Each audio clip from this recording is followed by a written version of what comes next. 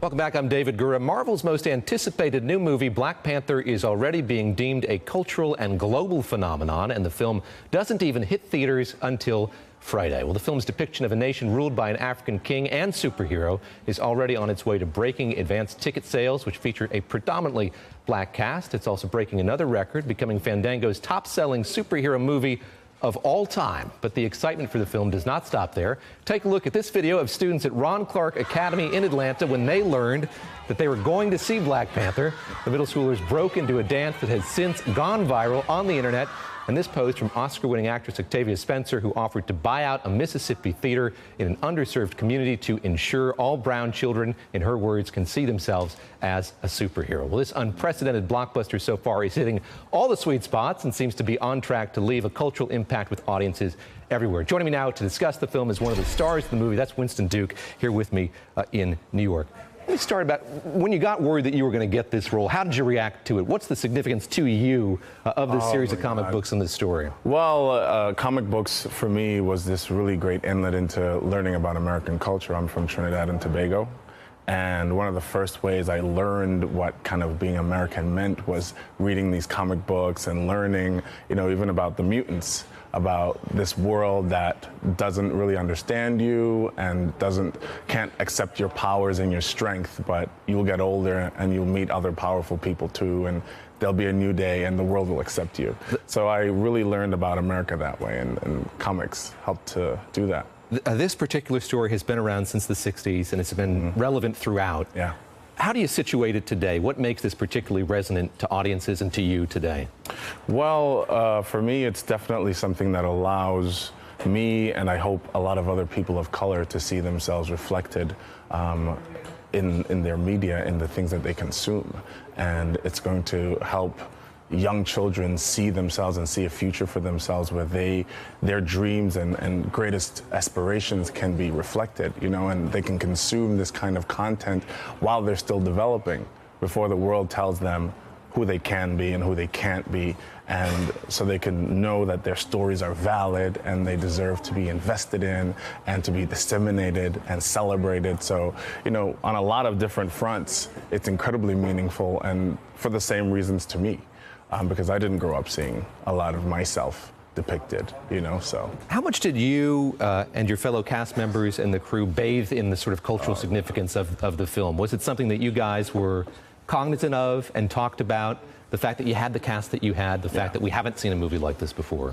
Well, I think we all went in knowing that it would have this cultural significance, but I, for one, made a really clear choice to divorce myself of what this could be and just really stuck to what is the job at hand. And I believe everyone collectively had a similar feeling. We know what it could be and we know what it could mean, but at the same time, what is the job at hand? What is the story we're trying to tell? Why is this story something important and meritorious just as artists and should be created? And we really just went in and stuck to the kind of grassroots actor, artist work of who's in the scene, who am I with, what's the story, where am I coming from, what do I want, how do I get it, how do I make a bold, interesting choice to do that?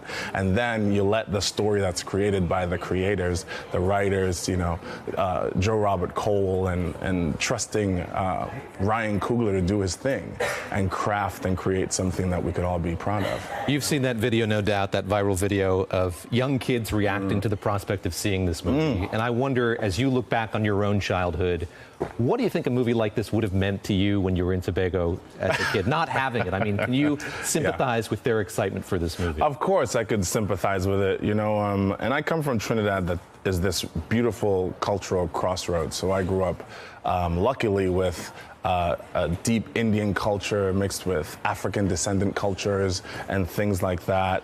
So I would, after watching these movies, go on the beach and make my little obstacle course and do my little action thing, but not seeing yourself within the wider spectrum and not being in any kind of proximity to Hollywood was something that felt really distant.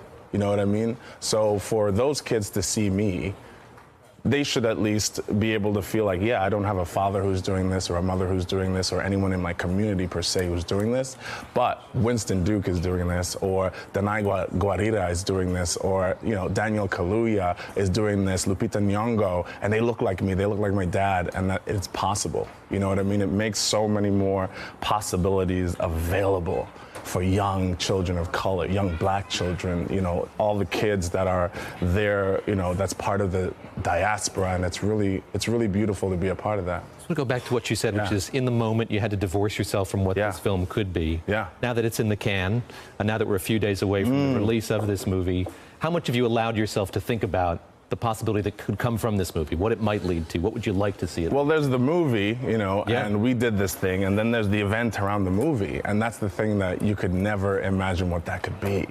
And I remember just being staggered by the opening, the red carpet that we did, and I saw Chadwick pull up, and the Dora Milaje, his female bodyguards, opened his door, and he had this drummer come out, and I said, my God, this is just a wonderful opportunity, whether it's intentional or not, to reclaim a history that feels completely lost. A history where you don't get to see grandeur associated with black bodies.